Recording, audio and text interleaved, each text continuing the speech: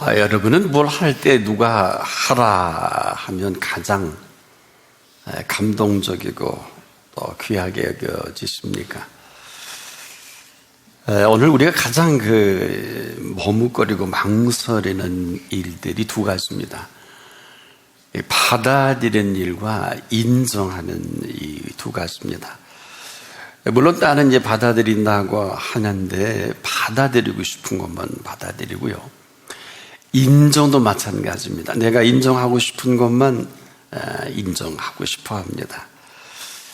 자, 근데 이 실체가 왜 이렇게 중요하냐면, 받아들여야 되는 게 아니라 받아들일 수 있을 그때 반드시 여기에 대한 움직임이 있습니다.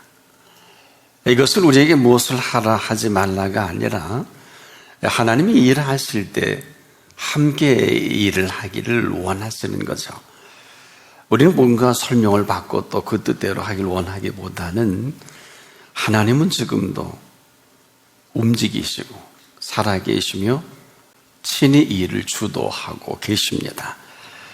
그런 하나님 앞에서 우리가 뭔가 자꾸 알길 원한다든지 또 뭔가 결정을 궁금해한다는 것은 앞서감이죠. 이것을 굳이 얘기한다면 교만이다. 이렇게 해도 지나치진 않을 것입니다.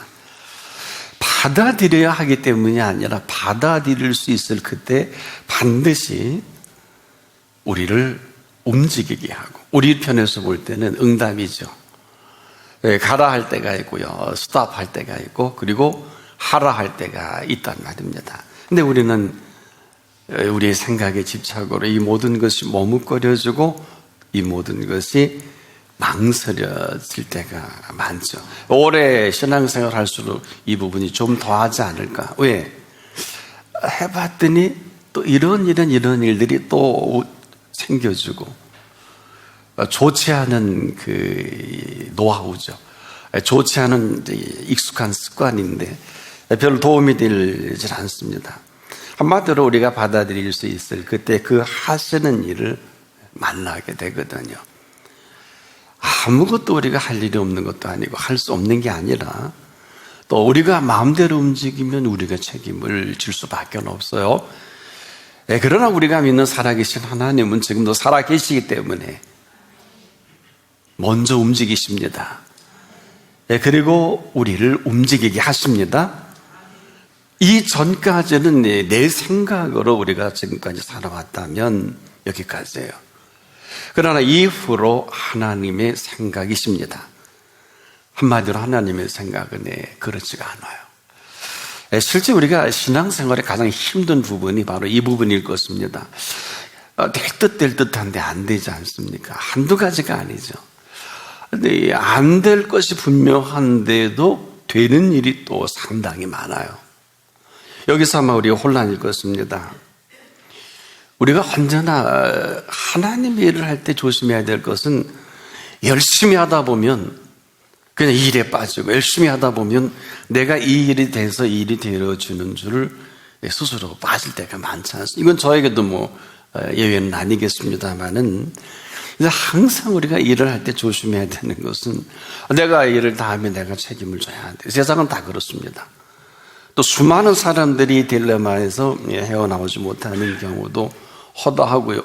왜 응답했는데 응답으로 취직도 됐고 일도 시작했는데 왜 이런 어려움이 다가오느냐라는 물음은 할 물음이 아니에요. 시작은 맞습니다. 그러면 그 다음 인도를 받아야 합니다.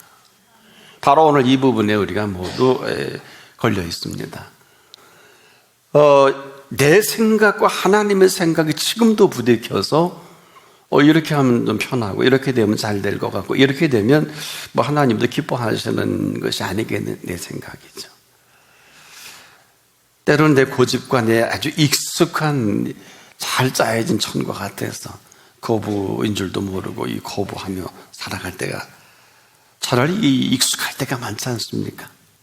그런데 지금은 어떻습니까? 그럼에도 하나님은 지금도 움직이시고 일하시고 있는 분입니다. 자, 그런데 우리가 지금 하나님께서는 우리에게 너무 좋은 선물을 주셨어요. 가장 아마 귀한 선물 중 하나일 텐데 자유의지를 주셨습니다. 우리 인격 속에 지성이 있죠. 그리고 감성이 있고 의지가 있어요. 이 세 가지는 하나님이 우리들에게 주신 선물인데 그 가운데 특별히 우리가 하나님의 약속하신 그 약속을 이루어 가는데 반드시 그 근거가 있어야 합니다. 이 근거라는 것은 뭐 대단한 것이 아니라 이미 저나 여러분에게 주신 이 지성을 통해서 말씀도 알게 하고 은혜도 경험하게 하고 또 예수 그리스도에 대한 모든 그 지식을 알게 하죠. 이것이 아는 것으로 멈추면 지식으로 끝나겠습니다만은 이 인지된 정확한 인지 능력으로 정리된 이 지식은 반드시 우리의 감성을 통해서 우리가 표현이 됩니다. 이론으로 남으면 이론으로 남을 수밖에 없지만은 어떤 이론은 어떤 지식은 한 가지로 십자가상에 피 흘려 죽으셨단 말이에요. 어느 분들은 이 사실 때문에 늘 안타까워 울면서 다니고 울면서 기도하는 분도 혹 있어요. 좀 지나치다 싶을 정도로. 감격하고 감사하고 큰 감동을 받는 건 좋지만은 이렇게 값을 지불하니 값을 우리가 하고 살아야 합니다. 그 값을 지불하고 살아야 되는 것은 쉬운 것은 아니에요. 그 핏값을 지불한 만큼 우리가 큰 감격과 감동으로 이끌려 살아간다는 거. 여기에는 감성이 필요하죠. 자, 이 감성을 통해서 우리가 얼마나 그 사랑을 느끼고 그 사랑 속에 우리가 이끌려 살아가느냐. 사실은 우리에게 인도하는 모든 것들은 하나님의 사랑의 인도입니다. 우리가 이 사실을 잘 인지하지 못해서 그렇지. 그래서 이처럼 사랑하신 이 사랑, 이것이 내게 크게 와 다가올 때 어떻습니까? 우리는 반드시 뭔가 움직이지 않습니까? 어떤 분은 또 마음의 큰 감동으로 목회를 결단하고 또 선교사로도 결단하고 평생 하나님 앞에 헌신하는 결단도 있고요. 내가 이것을 통해서 하나님 뜻대로 살겠다는 큰 감동을. 저도 한 20대 생명을 들여서 하나님을 찬양하고 복음 전하고 싶은 간절한 소원을 아랠 적이 있어요. 언젠가 큰 일을 할 때 제가 거부하니까 제게 기도하는 가운데 이것을 깨닫게 하셔서 알았어요. 네가 20년 전에 내게 이런 기도를 하지 않았느냐. 그런데 그 뒤로 하나님이 하시는 일은 너무 대단하고 놀라워서 뭐 인간의 어떤 보편타당한 선교적인 방법도 아니고 이것은 나라 대 나라 어마어마한 선교 사역의 모든 준비를 국경을 초월하고 언어를 초월해서 만들어 가시는 것을 보여주셨어요. 깜짝 놀랐습니다. 이 하나님의 일은 하나님이 하시는구나. 그렇지 않아요. 하나님의 일을 내가 하면 내 일이죠. 그렇지 않습니까? 바로 이게 우리에게 큰 긴장이 돼요. 지금도 이처럼 사랑하셔서 이처럼 사랑하신 이 사랑에 대한 그 감격과 감동이 바로 우리의 자리가 아니냐. 독생자 예수 그리스도를 아낌없이 주신 이 사실, 이 어마어마한 이 사랑의 감동을 따라 오늘 살아가는 우리의 삶의 현주소다. 이렇게 지나치지는 않을 것 같아요. 이런 거 있잖아요. 가끔 드라마나 무슨 영화를 볼 때 젊은이들이 둘이 끓은 사랑을 하는데 나는 평생 너를 위해서 산다 이런 말을 하죠. 또 여러분도 왕년에 그랬을런지 모르겠는데 그렇게 살지는 않지만, 그런데 큰 사랑이 내게 다가오면 그 사랑에 우리는 응답을 하며 그 사랑에 이끌려 살아가기를 원함이 있는 것처럼 지금도 마찬가지입니다. 이 시간에 우리가 하나 짚고 넘어가자고, 저나 여러분이 마땅히 죽었어야 할 사람들 아닙니까? 살려내셨잖아요. 그리고 살아가게 하시지 않겠습니까? 우리는 한순간도 이 사실을 잊어서는 안 됩니다. 살려주신 사실을 잊지 않기를 바랍니다. 왜? 살려주신 이 사실이 분명한 사람마다 여기에 걸맞는 하나님이 살아계심과 동행합니다. 이게 얼마나 중요한지 몰라요. 그래서 여기에 대한 이 반응은 내 의지로 정합니다. 아무리 어마어마한 사랑이 있어도 결정을 해야 되잖아요. 그래서 그 반응에 대한 응답을 할 수 있어야 하는데 내 의지가 아니면 이것은 그 어떤 것도 불가능해요. 바로 그 엄청난 그 사랑의 그 감동과 감격과 그 느낌에 대한 반응이 얼마나 중요한지 아십니까? 지금도 아마 우리에게 한 분 한 분 만나신다면 분명히 이런 얘기를 짚고 넘어가실 거예요. 너 좋은 거냐? 싫은 거냐? 너 정말 너한테 이게 고마운 거냐? 고맙지 않은 거냐? 아마 확인하고 싶을 거예요. 왜냐하면 여러분, 우리가 고맙고 감사하면 고맙고 감사한 분에 대한 반드시 뭔가 응답이 있지요.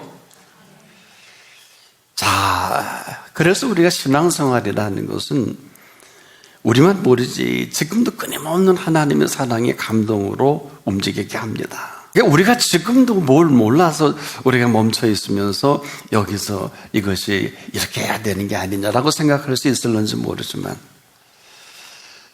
이 사랑이 얼마나 중요합니까? 산은 옮길 만한 믿음이 있다 할지라도 사랑이 없으면 아무것도 아니다. 이게 무슨 말일까요? 이 주제는 사실 믿음의 주제가 아니라 믿음을 수반한 이 사랑에 대한 물음이기도 합니다. 자, 산을 옮길 만한 믿음이 있다 해도 사랑이 없는 게 뭘까요? 자, 왜 산을 움직여야 될까요? 산을 옮겨야 될까요? 여러분, 그렇잖아요. 산을 움직이기 위해서 믿음이 필요한 건가요? 믿음으로 산을 움직여야 되나요? 한번 생각해 보십시다. 우리가 지금도 뭔가 불분명한 게 너무너무 많아요. 여러분, 사랑이 아니면 옮길 이유가 없잖아요. 이건 굉장히 중요한데요. 사랑이 없는데 산을 옮겨서 뭐 하려고요? 왜 옮겨야 합니까?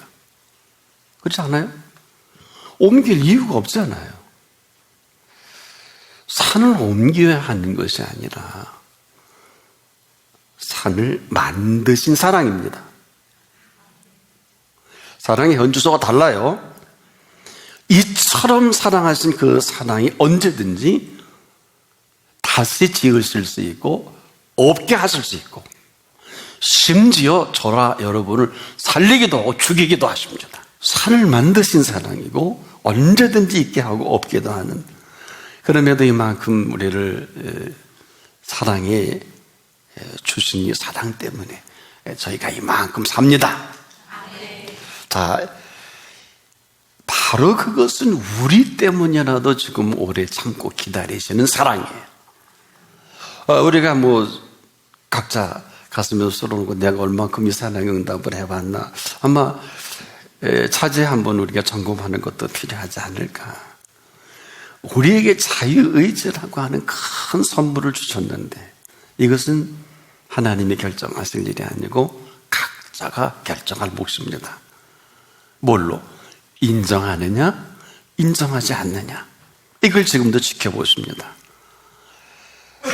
노스캐롤라이나의 조직신학 교수였었죠. 해롤 브라운이라는 분이 지옥을 이렇게 정리하셨어요. 인간적인 자유의지가 가져다준 감수할 수밖에 없는 기념품이다.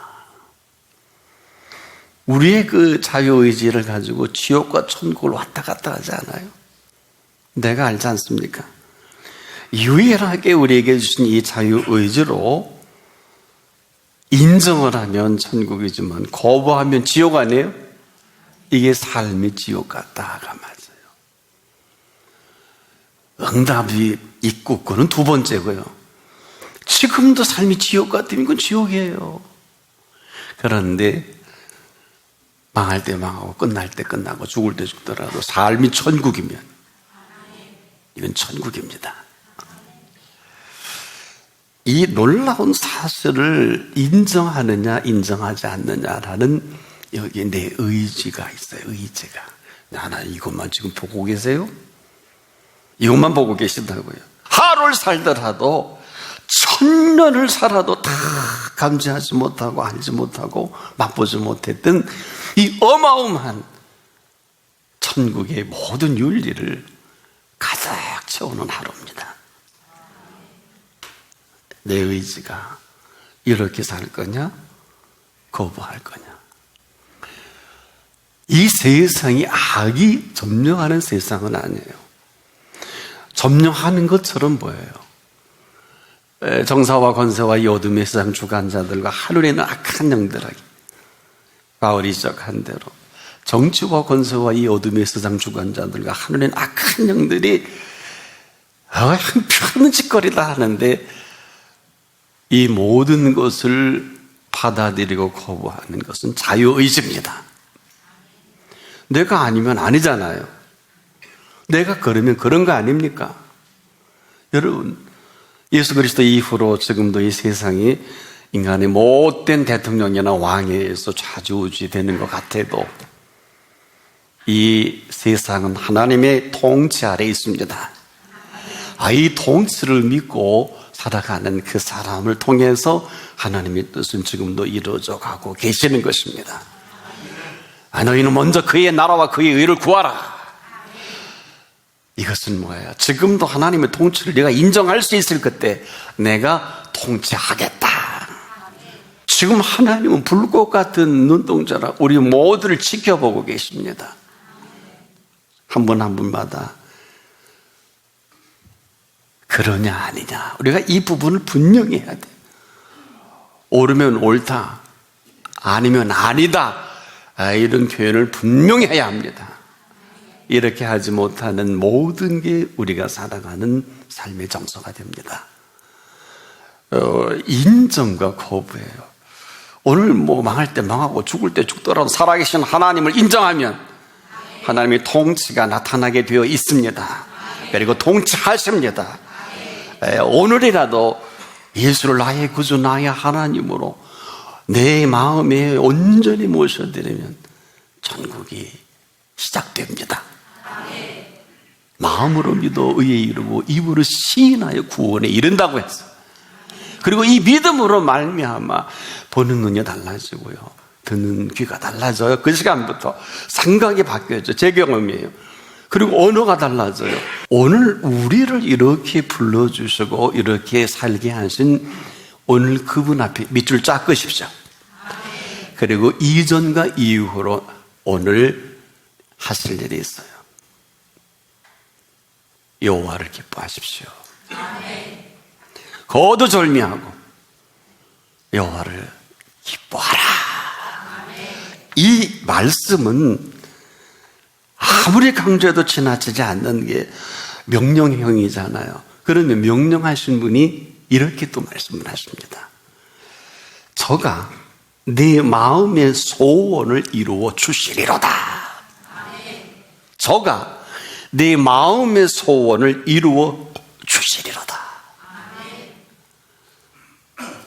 우리가 아니에요. 우리가 무슨 일을 하고 대단한 계획을 하고 해서 하는 게 아니라 우리가 하는 사업은 흥하고 망하기도 하고 끝나기도 하고 어려움도 있지요. 잘 되기도 하고 못 되기도 하고. 근데 우리가 만든 사업은 이게 맞아요. 하지만 그분이 우리의 소원을 이루어 가시는 그 일은 시작하신 분이 끝까지 책임을 집니다. 그 목사님 어떤 분 하나님의 응답으로 그렇게 대단한 일을 했는데 왜 끝이 안 좋을까요? 정확한 답을 드릴까요? 하나님의 인도를 거부해서 그래요. 본인은 압니다. 여러분, 하나님이 인도하시는 인도는 어느 정도인 줄 아세요? 우리가 무슨 일을 할 때 집중하죠. 집중하죠. 이 집중은 세상의 모든 일보다 더한 집중을 해야 성령의 인도가 가능합니다. 근데 너무나 많은 사람들이 아주 편하게 하나님의 성령의 인도를 받으려고 하고 생각하는데 어린 반푼어치도 없어요. 지금도 하나님의 성령은 진리의 성령이시기 때문에 그리스도인이 일을 할 때 말씀하시는 성령께서는요, 말씀하시지 않는 일이 없어요. 무릇 그 영으로 인도함을 받는 그들은 하나님의 아들이기 때문에 어떤 길이든지 말씀하시는 성령께서는 지금도 말씀해 주시지 않는 일이 없는 것은 성령은 진리의 성령이시기 때문에 문제는 내가 순종하지 않는 것뿐이에요. 이유는 내 컨셉이 안 맞아요. 우리가 믿음도 아닌 믿음을 믿음이라고 하고 살아계심을 내 마음대로 디자인하는구나. 여기에 전부 걸려있는 거예요. 하라 하신 대로 하질 않더라고요. 왜? 저가 내 마음의 소원을 이루어 주실 계획이 있으신데 아픈 걸 어떻게 보세요?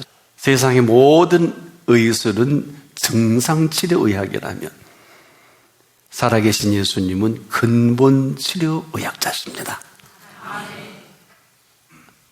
그 다음은 우리 몫이죠. 지금도 여호와를 기뻐하라. 네 마음의 소원을 이루어 주시리로다. 또 한 가지, 너희의 길을 여호와께 맡기라. 자, 너의 길을 여호와께 맡기라 할 때 저를 의지하면 가정법이죠. 저가 이루시고 우리가 아니에요. 모든 자잘한 일은 우리가 다 하지만 정말 중요한 일은 지금도 저를 의지하면 저가 이루십니다. 저를 의지하면 저가 이루시는데 왜 망해야 되나요? 죽고 병 고침받고 왜 그 병으로 죽어야 되나요? 많습니다. 인도가 없어요.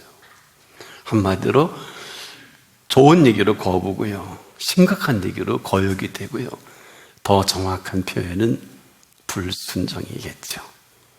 아니라고 할 수 있을까요? 아주 고상하게 지금도 거부하는 분 많습니다. 아, 저 설교는 절에서 하시는 설교일 거야. 뭐 그랬으면 얼마나 좋겠습니까? 제가 여러분 앞에 이 말씀을 증거할 때 한 주 내내 되새기고 또 마음이 간직하고 또 생각하고 또 기도하면서 부족하지만 그 저는 뭐예요? 즉흥일까요? 여호와를 기뻐하라. 기뻐하시는 그분이 우리 마음의 소원을 이루어 주시고 싶으셔서 너의 길을 여호와께 맡기라. 왜? 저를 의지하면 저가 이루시고 어느 정도일까요? 내 의를, 우리가 의롭지 않잖아요. 내 의를 빛같이 나타내시며 내 공의를, 공의 좋아하시죠? 정오의 빛같이 하시리로다. 선언입니다. 우리가 의로워지려고, 우리가 공의를 외치려고 아무 소용없어요. 공의는 하나님의 몫입니다. 하나님이 공의를 정오의 빛같이 하시리로다. 정리하자고요. 이제는 우리 자유의지로 하라 하신 대로 할 것인지 하지 않을 것인지, 자유의지가 오늘 이 모든 하나님의 약속을 이루기도 하고 이루지 못하게 하는 거부이기도 한데, 여러분에게는 오늘 어떤 시간이 되면 좋을까요? 예수의 뒤에 옷깃이라도 손을 대면 하혈을 하다 죽을 수밖에 없는 마지막 가는 그녀가 그대로 하혈이 멈추고 능력을 맛봅니다. 이 자리입니다. 다른 곳은 아닙니다. 말씀이 있고 그리스도인에게 가장 큰 일은 말씀하시는 성령께서 말씀하시지 않는 일이 없기 때문에